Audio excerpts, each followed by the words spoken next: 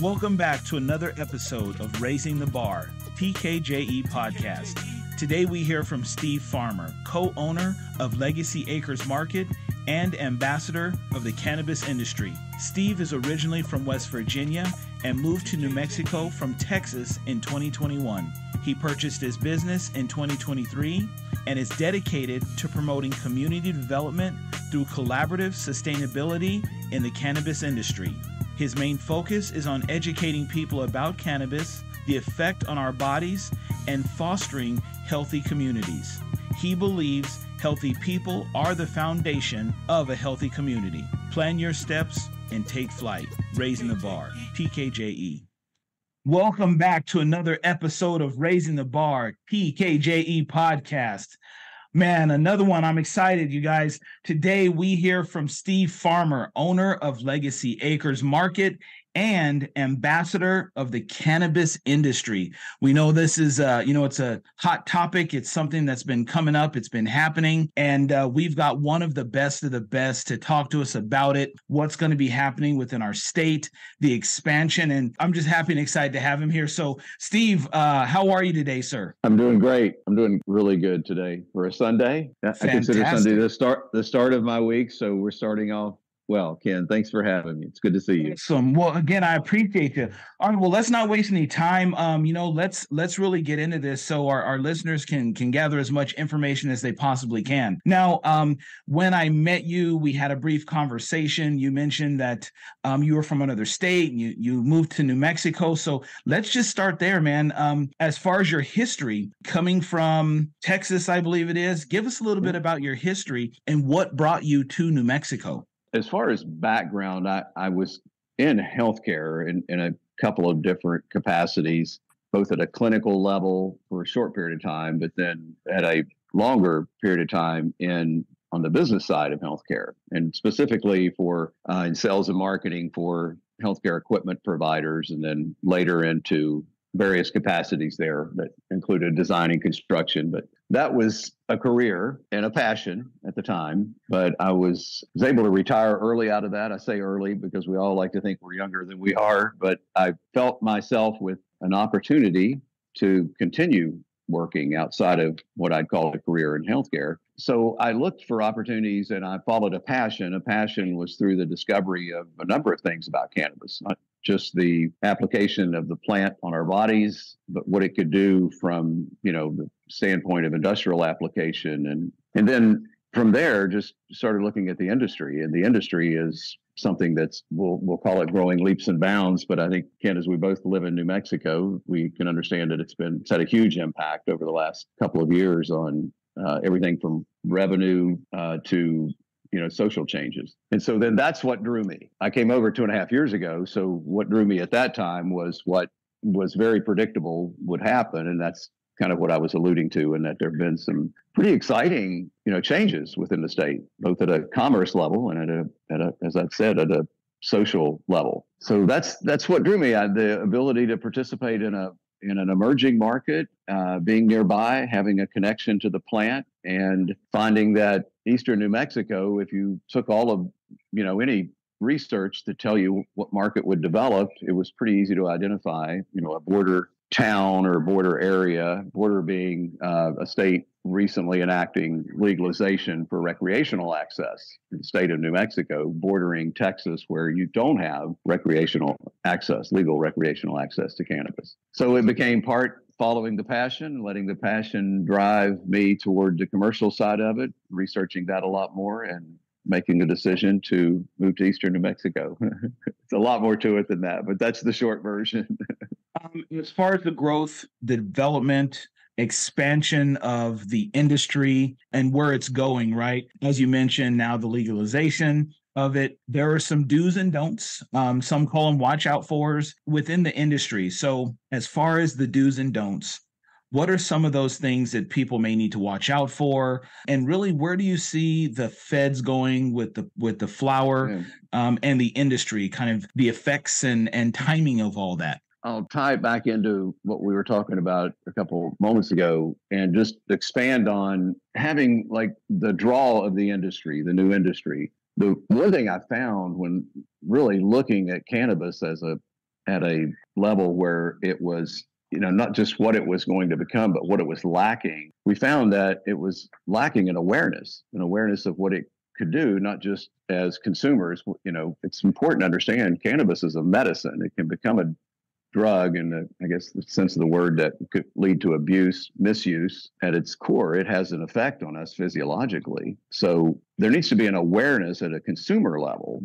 And we find that most people that are in the cannabis space typically start out at consumers. And as such, we start out undereducated. So when you then just kind of keep extrapolating that to say, okay, well, the industry is going to grow by leaps and bounds. That's predictable. But one element that wasn't growing and still has, in my mind, the lesser focus than it should have, and that's education, driving an awareness of what this plant can do for us individually, but by extension of that, what it can do to, areas that it becomes available in, and an economy, is created out of the, passage of, cannabis access laws. So I guess what I would say as a watch out is viewing the industry or participating in the industry at all levels, be it as a consumer, a stakeholder trying to get into the industry, doing that without the proper amount of awareness or education to understand more about literally the plant from the ground up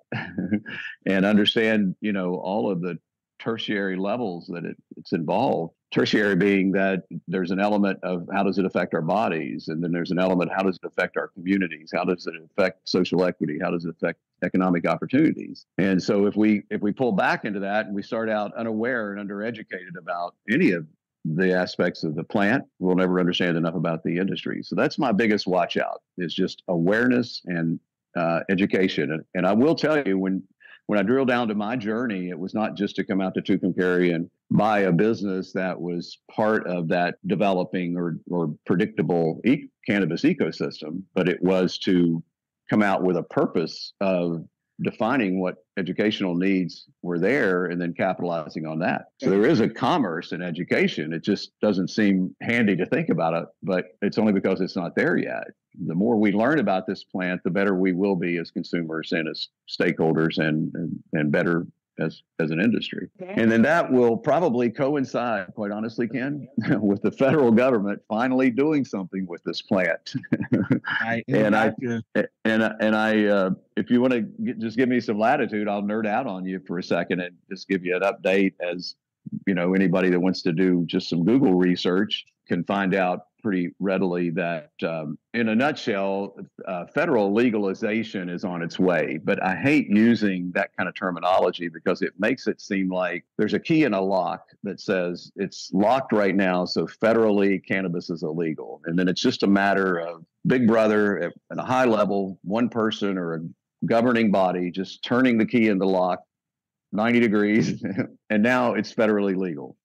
And as you can imagine, it just at the surface, it's more complex than that. It's a governmental function, but the dynamics of what it will take to do in effect something like that are kind of step by step, and they're chronologically occurring now. By that, I mean that there's a banking act. It's actually an acronym, SAFER, SAFER, SAFER Banking Act, and it will allow for cannabis to be supported by FDIC and federal backing of the banking industry. That's a really bad way of explaining that. Right now, cannabis cannot have a pathway for accessing funding through traditional banking because the traditional banking is backed by the FDIC, Federal Depository Insurance.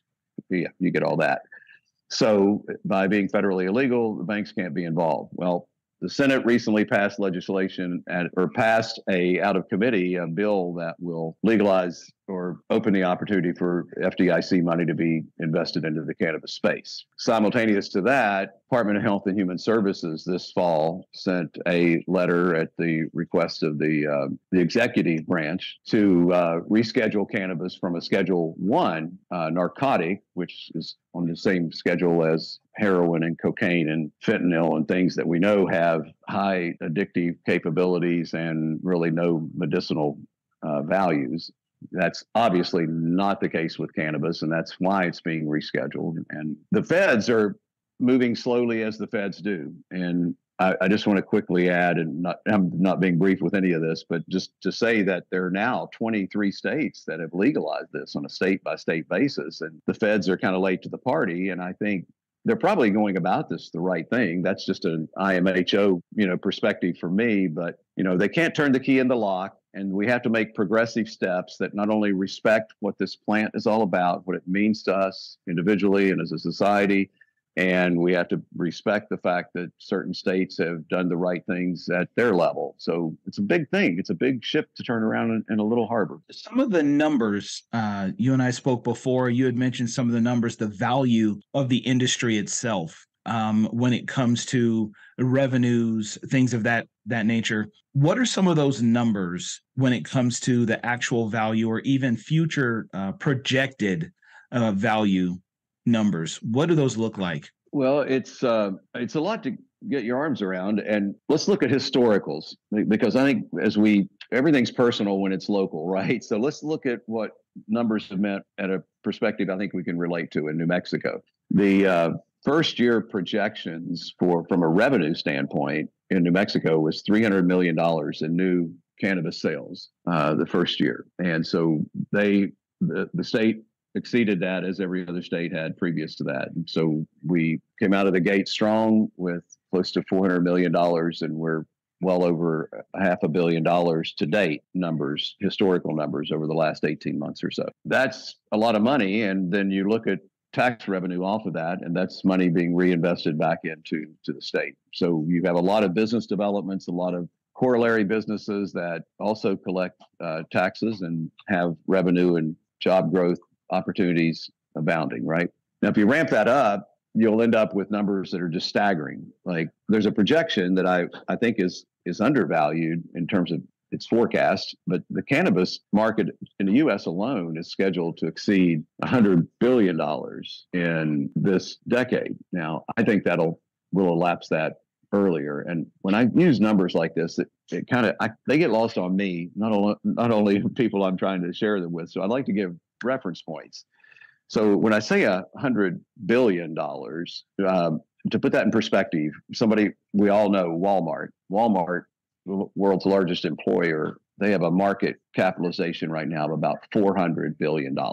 So when you're talking about an industry growing to that type of stratosphere, that's where cannabis is heading. Now, there's a poor reference in all other aspects to Walmart from an industry perspective, but I just wanted to give from a valuation standpoint, just to understand the nature of what we're dealing with. So the economic impact is felt locally in our hometowns, within our state, and now within the country, and it's just really getting started.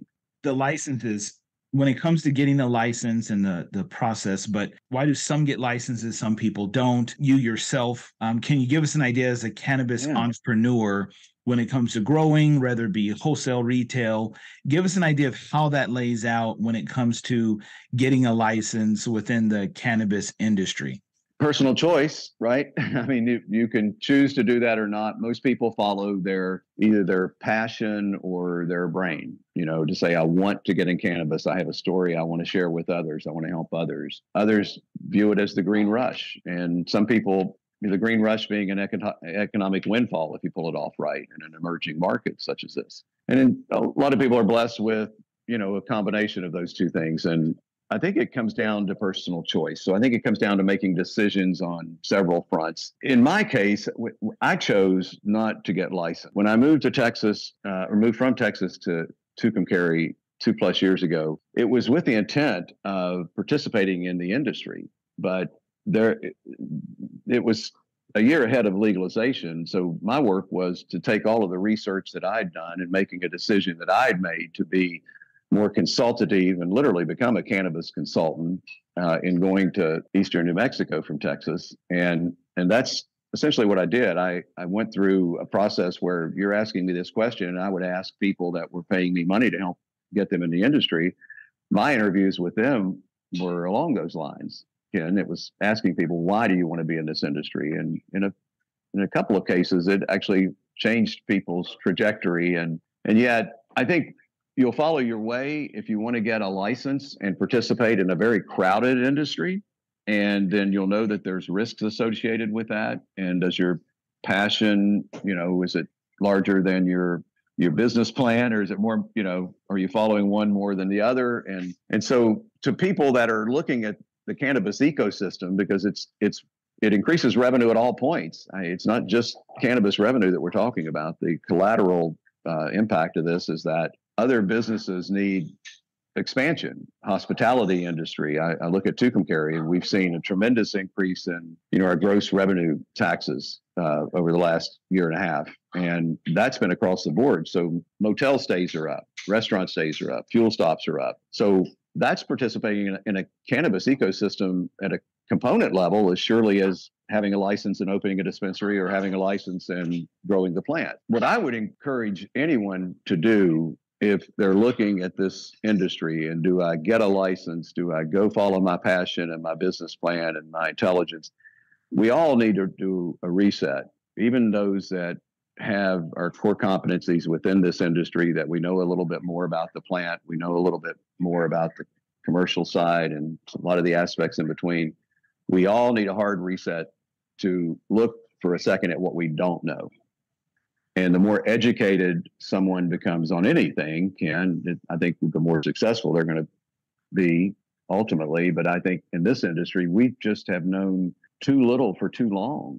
And that lack of education and awareness has been the biggest bottleneck at an individual level, from the standpoint of, participating in things that can help you physically and emotionally, can better you physiologically. And then our lack of education and awareness when we decide to get into this business doesn't allow us to, in many cases, to make good decisions. I don't know enough, but I'm going to go ahead and make a decision to get licensed, or I'm going to go ahead and make a decision to expand my operation because the cannabis ecosystem is coming to my area. So that's a long-winded way of circling it back to education, but it literally does, at the heart of all that we do right now, the biggest push in the industry that I have and others that I'm proud to be associated with right now is awareness, delivering a message of education and how you get into this industry by being smarter about it and your entry being less likely to fail.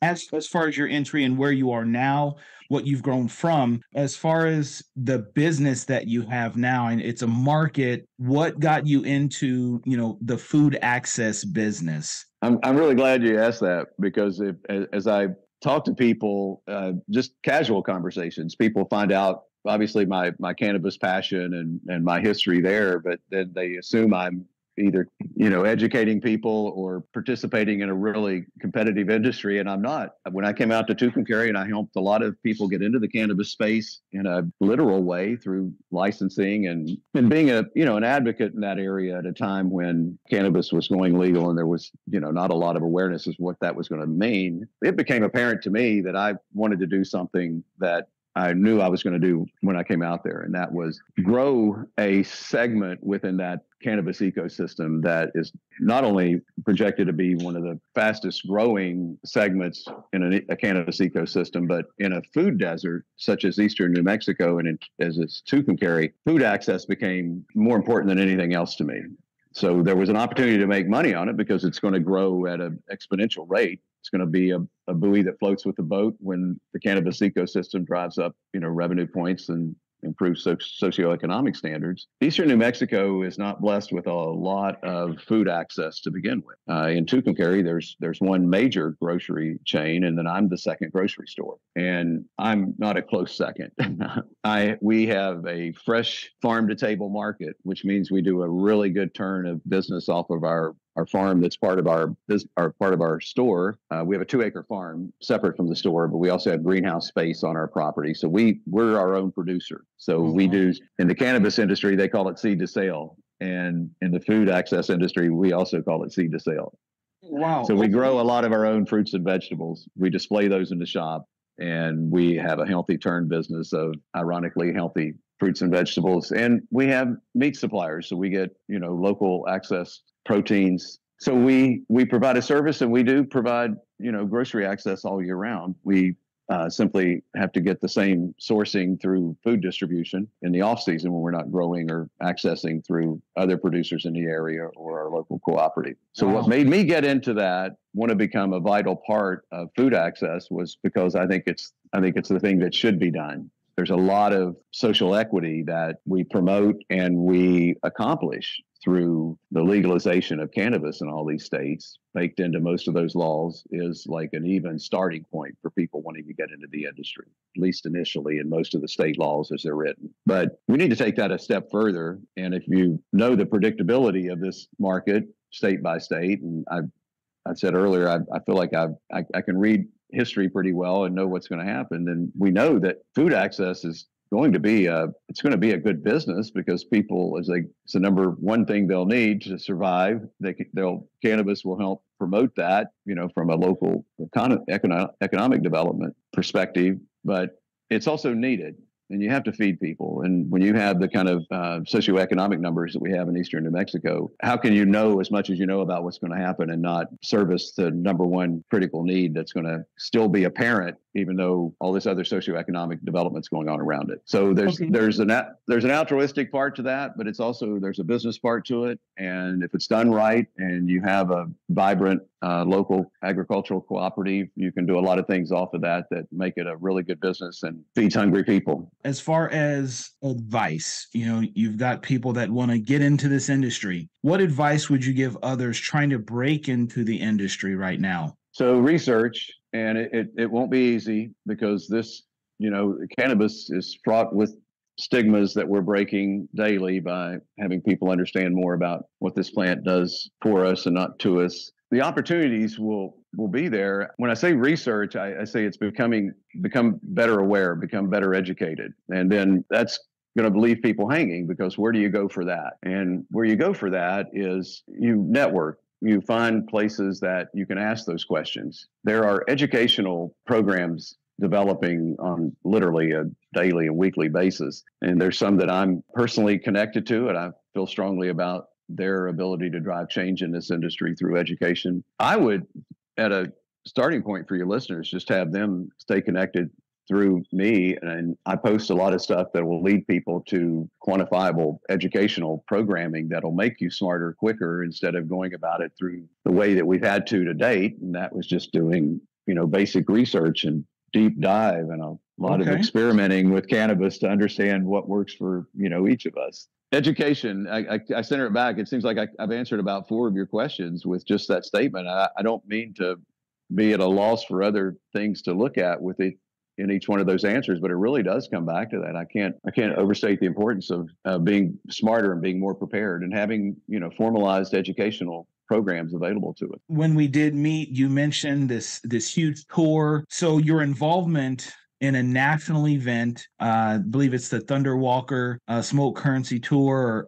Give us a little bit about the who, the what, the where, the when, the why. What inspired this major tour that you're on, and where's it going, and how does it all end? So great. So the who is Thunder Walker. So let me just back up and say quickly that the cannabis industry is still a fairly, not such a small community anymore, but we network well. So people start to get connected. And I was fortunate enough, being in this industry, I knew Thunder Walker, and through people that I knew, that she knew, we became aware of each other's location, and then history, and then journeys that we were underway in some of our goals and objectives. And we found that there was a lot of overlap. Thunder has an incredible presence at a national level. She's very prominent within the industry as a spokesperson, but not without having some skin on the wall. She's one of the most successful cannabis entrepreneurs in the industry, and she is in a component of it within real estate that she's had tremendous success. Prior to her involvement in the cannabis space, she was an appraiser and had a very successful real estate enterprise. And so now she helps others within that particular aspect of the industry. And she further helps people at all levels to get into the industry through everything we talked about, an awareness through education. And she's taken that now to a point where we want to put it on the road. We need to go state by state because the disparity between states and how the cannabis industries, perform and what they're capable of is largely myopic. It's kind of isolated state by state. So Thunder wanted to take that message that she has a lot of, national prominence with delivering and helping people understand more about this industry and even participate in it. We wanted to take that on the road and go state by state and find out what was unique in each of those states and find out what was, what we were capable of taking from a previous state and sharing with another state.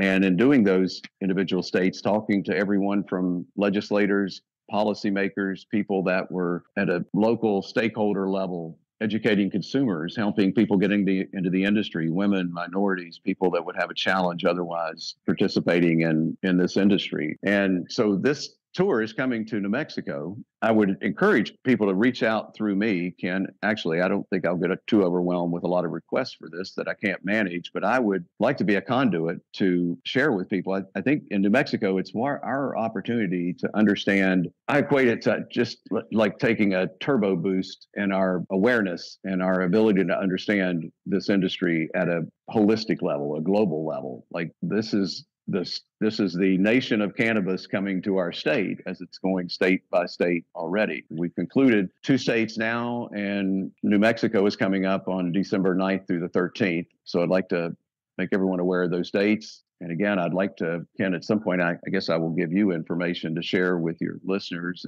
and then use me as a conduit for people that have an interest. And I'd like to encourage people to take a look at the Smoke Currency Tour and take a little deeper dive into Thunder Walker and her message. And through me, you'll have an opportunity to see this tour when it comes to the state, and you'll have an opportunity to participate in it. Everything from sponsorship through our partnering with local businesses, to people coming on in the role of individual participants riding along. This tour bus will be in the state for 4 days. It enters into New Mexico from Texas through Tucumcari. We'll have stops in Albuquerque, Santa Fe, and it'll make a round trip again as it exits out through Tucumcari and back into Texas. And it's a lot to tell you about, and I felt like I may have butchered some of the logistics and particulars on it, but I hope I've scratched the surface with some interest in it. And I would only encourage people to take more interest. This is a rare opportunity, just the timing of it. Our recent legalization and a lot of those numbers that we talked about, those revenue numbers and that socioeconomic impact, it's really just getting started. And the evolution of us understanding it and getting our arms around it is just whatever it's going to be over time. But this, again, is a turbo boost of understanding a lot more in a condensed way.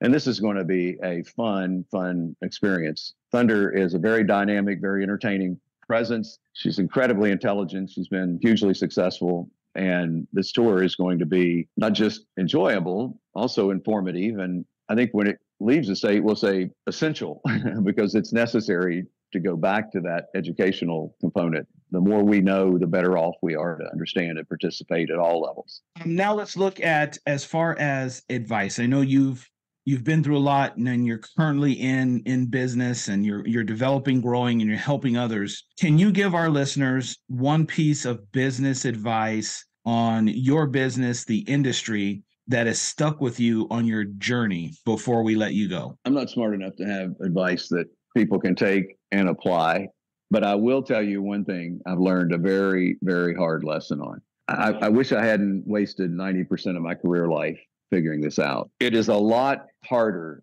to compete in the space of the known being the space that everybody else knows about and they're participating in.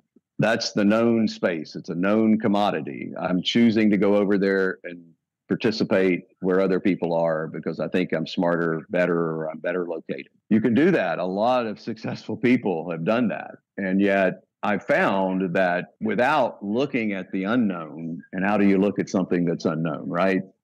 Why not look at something you're less familiar with? In the case of cannabis, I'll cite that everything I researched was what I found, and what I found lacking was what I couldn't find. I draw inspiration from learning more about what I don't know And I've become fearful of what I do know, because what I do know is pretty much what everybody else knows. They have access to things. It's just I haven't found them if I don't know it, or they haven't found it if I know it and they don't. My words of encouragement is seek the unknown.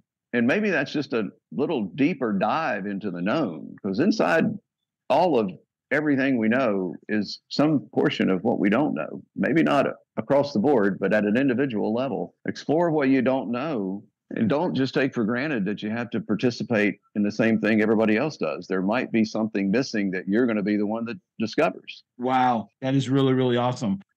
Steve, thank you so much again for being here. You dropped a lot of gems during this interview. When it comes to finding you, getting a hold of you, you mentioned that a few times. How can people get a hold of you so they can ask questions and really dive into your knowledge base? So the best way is probably on social media. You can find me on Instagram, steve.ganjawellness. I have my email address is ganjawellness@gmail.com. And if you reach out to me, I promise you it won't go unnoticed and it won't go unresponded to. And I would double back on my offer to have people reach out to me, particularly about this tour. I think this is going to be a phenomenal opportunity for our state to gain some national recognition on something we've done really well, which is open up the cannabis industry in a way that we're going to show them that we have some practical application of what's being, shown at a national level. So through those two ways, ganjawellness@gmail.com, and that's Steve Farmer, or hit me at steve.ganjawellness on Instagram. Again, thank you so much. I appreciate you.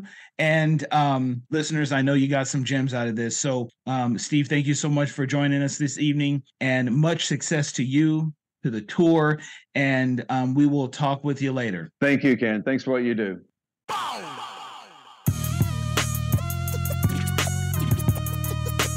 DKJE